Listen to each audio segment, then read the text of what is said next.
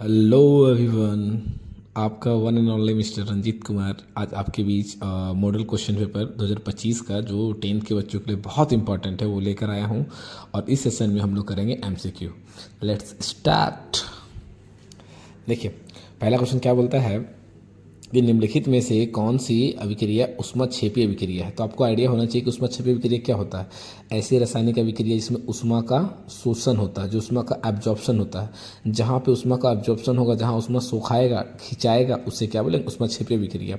अब एग्जाम्पल दिया हुआ कोयले का जलाना, जब कोयले को जलाते तो ऊष्मा मुक्त होता है, ऊष्मा निकलता है, ना कि ऊष्मा सोखता है। तो ये तो ऑप्शन नहीं होगा, तो ये तो गलत हो गया ऑप्शन। अब देखते हैं नेक्स्ट ऑप्शन क्या है। आइए, ऑप्शन नंबर बी है वनस्पति पदार्थों खाद में अपघटन। अपघटन मैंने गलना सड़ना। कोई गलेगा सड़ेगा तो उसमें बदबू निकलता है, उष्मा निकलता है, महकता है, बाहर निकलता है। तो ये भी ऑप्शन गलत है आपका, तो ये भी गलत हो जाएगा। तीसरा क्या है, श्वसन एक अभिक्रिया। जब श्वसन आप सांस लेते हैं तो उसमें अंदर लेते हैं, और उसको जब छोड़ते हैं तो उसमें बाहर निकलता है कार्बन डाइऑक्साइड के फॉर्म में। तो ये भी गलत हो जाएगा। तो आपका आंसर हो जाएगा option number D. Option number D, तो एक का डी है, कौन सा जाएगा भैया, कैल्शियम कार्बोनेट का अपघटन करने पर एग्जाम्पल मतलब ये है। देखो इसका मतलब क्या बोल रहा है, इसका मतलब बोल रहा है कि कैल्शियम कार्बोनेट को जब हम अपघटन करते हैं, अपघटन में तोड़ते हैं, तो ये बनता है, क्या आया था ना सबको सर, ये बनता है आपका CaO प्लस CO2 प्लस उष्मा निकलता है ना सर, ये उष्मा। तो इसको तोड़ने के लिए क्या चाहिए, इसको तोड़ने के लिए उष्मा चाहिए। तो हमको पूछा कि ऐसा कौन सा विक्रिया जिसमें उष्मा लेना पड़ता है, तो ऐसा ये वाला विक्रिया हो जाए इसमें उष्मा लेना पड़ रहा है, ठीक है। इसीलिए हम ऑप्शन क्वेश्चन नंबर 1 का आंसर क्या हो जाएगा, क्वेश्चन नंबर 1 का आंसर हो जाएगा कैल्शियम कार्बोनेट का अपघटन, ठीक है। चलिए क्वेश्चन नंबर 2 देखिए क्या है। नमी वाले दिन हाइड्रोजन क्लोराइड गैस तैयार करने के लिए, हाँ जी, क्वेश्चन बहुत इंपॉर्टेंट क्वेश्चन है कि हाइड्रोजन क्लोराइड को तैयार करने के लिए इसमें डालते हैं कैल्शियम क्लोराइड।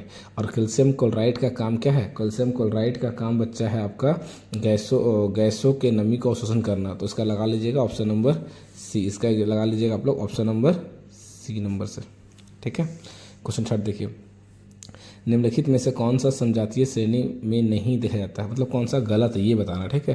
तो देखो सबसे पहले रासायनिक गुणों में परिवर्तन नहीं, रासायनिक गुण में कोई परिवर्तन नहीं होता, यही गलत है, मतलब इसका आंसर यही सही हो जाएगा, 3 का ए। चौथा ऑप्शन, निम्नलिखित में से कौन सा द्विविस्थापन अभिक्रिया। द्विविस्थापन किसको बोलते हैं, ऐसी रासायनिक अभिक्रिया जहाँ पे आयनों का आदान प्रदान होता हो। तो आपको क्लास 10th में ये ऑप्शन, तो ये वाला एग्जाम्पल डिटो दिया हुआ सर बुक में, ऑप्शन नंबर बी। तो 4 का आंसर क्या हो जाएगा, बी, ठीक है। चलिए 4 के बाद क्वेश्चन नंबर आते हैं हम लोग 5 पे, ठीक है। क्वेश्चन नंबर 5 हो क्या है, बोलता है कि जल के अपघटन द्वारा अभिक्रिया द्वारा विद्युत अपघटन द्वारा मुक्त होने वाले हाइड्रोजन और ऑक्सीजन गैस का मोल कितना होगा। देखो H2O फॉर्मूला होता है ना, तो हाइड्रोजन 2 होगा, ऑक्सीजन 1 होगा, 2:1। तो कहाँ पे है, बी नंबर में है, 2:1, ठीक हो जाएगा सर।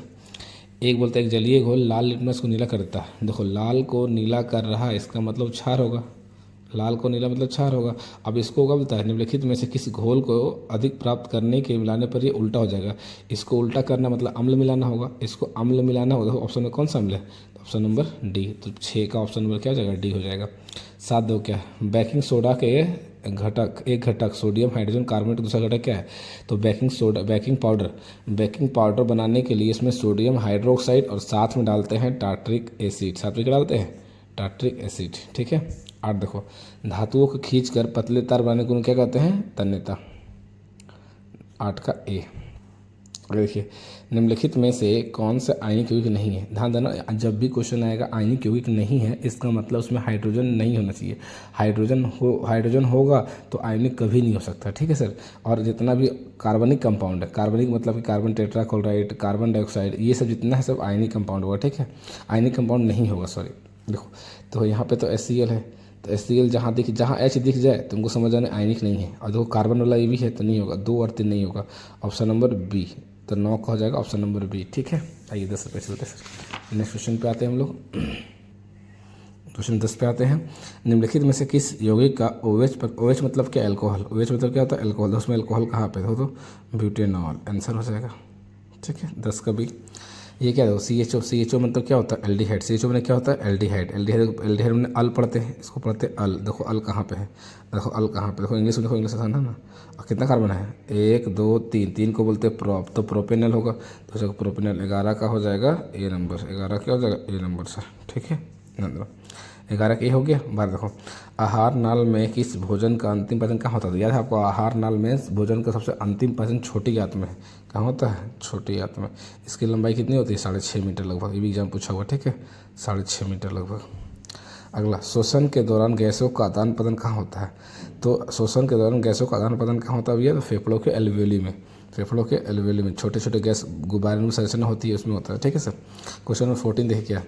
14 बोलता है कि मस्तिष्क के बारे में निम्नलिखित में से कौन सा कथन सत्य है? अगर सही है तो मस्तिष्क का मुख्य सोचने वाला भाग पश्च मस्तिष्क है। गलत। सोचने वाला भाग अग्र मस्तिष्क होता है, जिसको सेरेब्रम बोलते हैं। तो ये तो पहला ऑप्शन गलत है।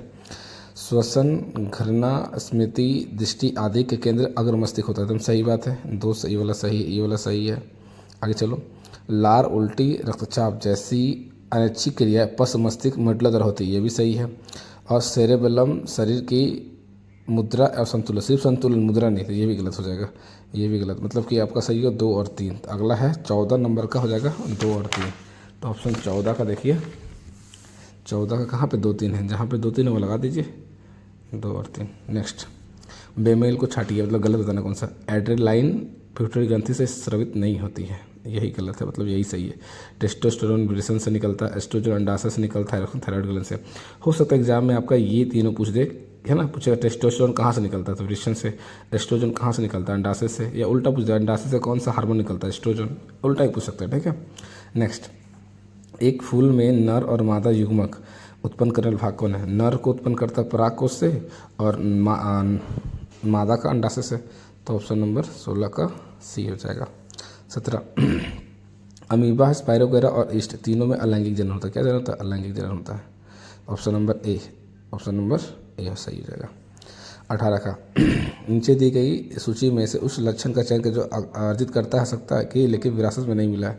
मतलब कि पेरेंट्स से तो आ सकता है, लेकिन विरासत में इसको नहीं मिलता, तो वो कौन सा है? शरीर का आकार, ठीक है, 18 का सी। चलिए नेक्स्ट क्वेश्चन पे आते हैं, 19 नंबर पे। 19 क्या बोलता है? प्राकृतिक में चयन और प्रजातियों का सिद्धांत, विकास सिद्धांत। देखो, जब भी आएगा प्राकृतिक के बारे में, प्राकृतिक चयन के बारे में, तो एक ही साइंटिस्ट आया था ना, डार्विन। कौन सा साइंटिस्ट है? डार्विन, ठीक है, याद रहेगा कौन सा डार्विन। तो ऑप्शन हो जाएगा बी। आंसर क्या हो जाएगा? बी हो जाएगा। आंसर क्या हो जाएगा आपका? बी हो जाएगा।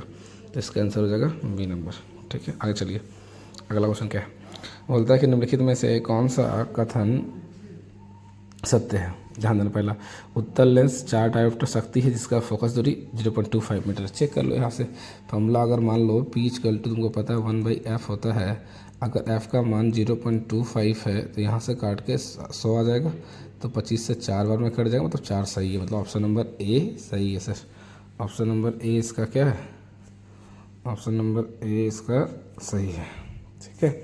नेक्स्ट जो, निम्नलिखित में से किस में अनंत पर रखी गई कोई वस्तु का प्रतिबिंब छोटा बनता है? देखो, कोई सा भी लेंस हो जाए, कोई सा भी लेंस हो जाए या दर्पण हो जाए, अगर वस्तु को फोकस पे रखेंगे ना तो उसका प्रतिबिंब अनंत पे बनता है, और अनंत पे रखेंगे तो फोकस पे बनता है, ठीक है। इसका मतलब कि साइज छोटा बना ना तो चारों तरफ से पॉसिबल है, मतलब ये आपका आंसर हो जाएगा ये ला सर, ठीक है। आगे, किसी एक व्यक्ति 2 मीटर से अधिक दूरी पर रखी वस्तु को स्पष्ट नहीं देख पाता है। देखो, 2 मीटर से अधिक दूरी पर, मतलब दूर का नहीं दिखता लेकिन निकट दिखता है, तो इसको दोष हुआ निकट दृष्टि दोष। जब निकट दृष्टि दोष हुआ है तो किस लेंस से ठीक करेंगे? निकट दृष्टि दोष को ठीक करने के लिए अवतल लेंस का यूज, किसका यूज करते हैं? जब इसको 2 मीटर से अधिक नहीं दिखाई देता है, इसको बीमारी कौन सा है? इसको बीमारी है निकट। और निकट में कौन सा लेंस? निकट में लेंस होता है अवतल, और अवतल का फोकस क्या होता है? अवतल का फोकस होता है नेगेटिव। जब नेगेटिव है तो आंसर नेगेटिव वाला होगा। देखो, या तो आंसर 0.2 होगा, 0.5 होगा। अब निकाल लो फॉर्मूला, P = 1/f, 1/f, तो 1/2 इसको भागा देंगे तो आएगा 0. माइनस है ना, माइनस में आएगा ना, तो minus 0.15, 0.5 minus 0.5 option number B हो जाएगा, 20 है, ठीक है। चलिए नेक्स्ट बात है सर। बोलता है कि प्रकाश के निम्नलिखित में से कौन सी घटना इंद्रधनुष के निर्माण में शामिल है? इंद्रधनुष के निर्माण जब बोलेगा 3-4 है ना, अपवर्तन, विक्षेपण और आंतरिक परिवर्तन। इंपॉर्टेंट यही है, आंतरिक परिवर्तन होगा तभी ही जाकर आपका इंद्रधनुष का निर्माण होगा। तो ऑप्शन नंबर क्या हो जाएगा? ऑप्शन नंबर सी हो जाएगा, ठीक है। ऑप्शन नंबर क्या हो जाएगा? 24 क्या है? बोला कि न्यूनतम प्रतिरोध प्राप्त करना, ठीक है। तो क्या करना है? न्यूनतम प्रतिरोध कैसे प्राप्त करना होगा? सबको समांतर क्रम जोड़ना होगा। सबको समांतर क्रम में जब जोड़ेंगे तो 1/r इसका क्या हो जाएगा? 1/r1 + 1/r2 + 1/r3 से जोड़ेंगे, प्लस 1/r4 प्लस 1/r5, यही ना जी, ध्यान दीजिएगा। अब करना क्या, ध्यान देना, यहाँ पे r का वैल्यू दिया 1/5, कितना दिया 1/5, ध्यान देना। जब 1/5 दिया तो यहाँ 1/1/5 हो जाएगा, प्लस 1/1/5 हो जाएगा, प्लस 1/1/1/5 हो जाएगा। 5 बार लिखना है, 1/1/5 1/1/5, ठीक है। अब सब 5 ऊपर चला जाएगा तो 5 + 5 + 5, 5 बार 5 + 5 तो हो जाएगा 25, हो जाएगा 25। लेकिन ये 1/r का वैल्यू है, ये 1/r का वैल्यू है 25, तो r का वैल्यू कितना हो जाएगा 1/25। जब 1/25 देखेंगे तो आंसर नंबर क्या हो जाएगा, बी नंबर आ जाएगा, इसका हो जाएगा बी नंबर। 24 का बी, 25 सही है, ठीक है। 24 समझ में आया सबको। 25 देखो क्या, प्रतिरोधकता नहीं बदलती यदि, प्रतिरोधकता नहीं बदलेगी यदि, ध्यान देना, प्रतिरोधकता नहीं बदलेगी यदि वस्तु का आकार को प्रतिरोध मतलब क्या बोलते हैं, पदार्थ का तापमान को बदला जाए, पदार्थ बदलने पर बदल जाएगा, तापमान बदलेगा। तो 26 का तो कौन सही हो सकता है, 26 का, 26 का ऑप्शन नंबर डी सही होगा। क्या सही होगा, 26 का डी सही होगा। 25 ना, 25 का सी, 25 का क्या सही होगा, 25 का सी नंबर सर। प्रतिरोध का आकार बदल जाएगा सर, ठीक है। आकार बदलने में प्रतिरोध तो बदलती नहीं है, ठीक है सर। देखो नेक्स्ट, देखो क्या, गलत चुने। देखो, फ्लेमिंग का दाएं हाथ का नियम प्रेरित धारा की दिशा में जानने का सरल करता है, सही बात है। दायां हाथ का अंगूठा नियम धारा को ले जाने वाले चालकों का कारण चुंबकीय क्षेत्र दिशा ज्ञात कर सकती है, ये भी सही है। प्रत्यक्ष और प्रतिवर्ती धाराओं के बीच अंतर कि प्रत्यक्ष धारा हमेशा दिशा बदलती है। देखो ये सब टॉपिक जो है ना तुम्हारा एग्जाम में हटा दिया, तो ये क्वेश्चन एग्जाम में नहीं आएगा, ठीक है। ये भी सही है, तुम लोग पढ़े नहीं होगे सर। भारत में ऐसी हर 1/50 सेकंड में बदलती है, नहीं सर, ये 1/50 सेकंड नहीं, मतलब कि प्रत्येक 50 इसका फ्रिक्वेंसी होता है 50 हर्ट्ज, ठीक है। तो 1/50 सेकंड में 100 बार दिशा बदलेगी, 100 बार सर। तो यही गलत है, एक बार नहीं 100 बार बदलती है सर, यही गलत है, मतलब ये सही हो जाएगा डी नंबर सर, ठीक है। आगे सर, मतलब क्या है, घरेलू परिपथ में शॉर्ट सर्किट या ओवरलोडिंग से बचाने के लिए हम लोग अर्थिंग का प्रयोग करते हैं। किसका प्रयोग करते हैं, अर्थिंग का नहीं, घरेलू परिपथ में शॉर्ट सर्किट ओवरलोडिंग से बचाने के लिए फ्यूज का प्रयोग करते हैं, फ्यूज का सर, ठीक है। तो 27 का हो जाएगा बी नंबर। अब आते हैं नेक्स्ट क्वेश्चन पे। 28 का क्या होता है, जल विद्युत संयंत्र संग्रहित जल में स्थिति ऊर्जा को विद्युत ऊर्जा में परिवर्तित किया जाता है, ठीक है। तो ऑप्शन नंबर ए सही है। 27 का कौन सा, 28 का सही है, 28 का ए सही है। क्यों सही है सर, क्योंकि जो जल में ऊर्जा है, जो तालाब में मान लो ऊर्जा है, जल में स्थिति ऊर्जा है, जब इसको ऊपर से नीचे गिराएंगे तो गति में आएगा, तो स्थिति ऊर्जा का प्रयोग करके हम लोग विद्युत जनरेट करते हैं सर, ठीक है।